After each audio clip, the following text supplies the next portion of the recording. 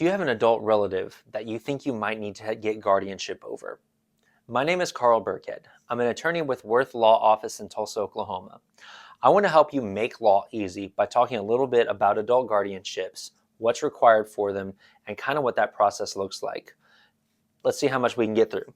So, an adult guardianship is kind of self-explanatory. It's when an adult is no longer able to take care of themselves and they need someone to take care of them for them. Really, it comes down to mental capacity. Does an adult have the mental capacity to make their own decisions and to, make sure that they are cared for? If you have a situation where, an adult relative or a close friend looks to be incompetent or even has been medically deemed incompetent. I've seen cases where, a doctor has literally looked at the patient and said, you're headed downhill. You need to make some arrangements. You need to get someone appointed to make these decisions for you. Those are situations where you need to get a guardianship over that person. So how it works is it's a little bit different than guardianship over a child in that first you have to obviously be reasonably confident that you're going to be able to show that they lack capacity to take care of themselves or to make decisions for themselves.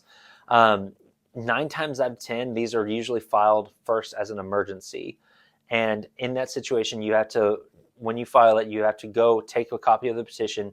You can't just use a process server. You can't, maybe a process server, but you have to be very specific with how you serve the adult with the paperwork. You have to quite literally take the paperwork to them and hand it to them. They could be in a hospital room, unable to talk, and you still have to just lay it on their lap in order to achieve service. From there, it comes down to determining whether or not the guardianship is necessary. You determine if it's necessary by determining capacity. If you've already got medical records showing that there's an incapacity there, a lack of a mental ability to take care of yourself, to make decisions for yourself, then you're on the right track. If not, then you're going to need to get some experts involved. You're going to need to get the court to order some mental health evaluations. You're going to need to be able to show that, just quite frankly, they're not doing well. Just mentally, they're not quite there, and they need that help.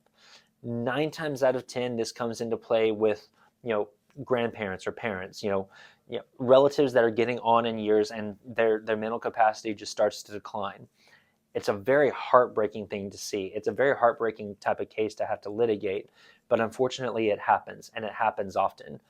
I tell my clients as much as I can that if you want to avoid that, set up your estate ahead of time. Set up a power of attorney. Already have somebody designated to be the person to make those decisions, so that way on the back end, once your faculties have started to decline, your relatives aren't left scrambling trying to figure out who's going to take care of you and getting the legal paperwork started to do that.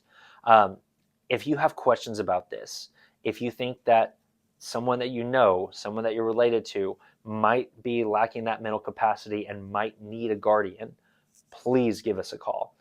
My name is Carl Burkhead. I'm with Worth Law Office, and I want to help you make law easy. Thank you.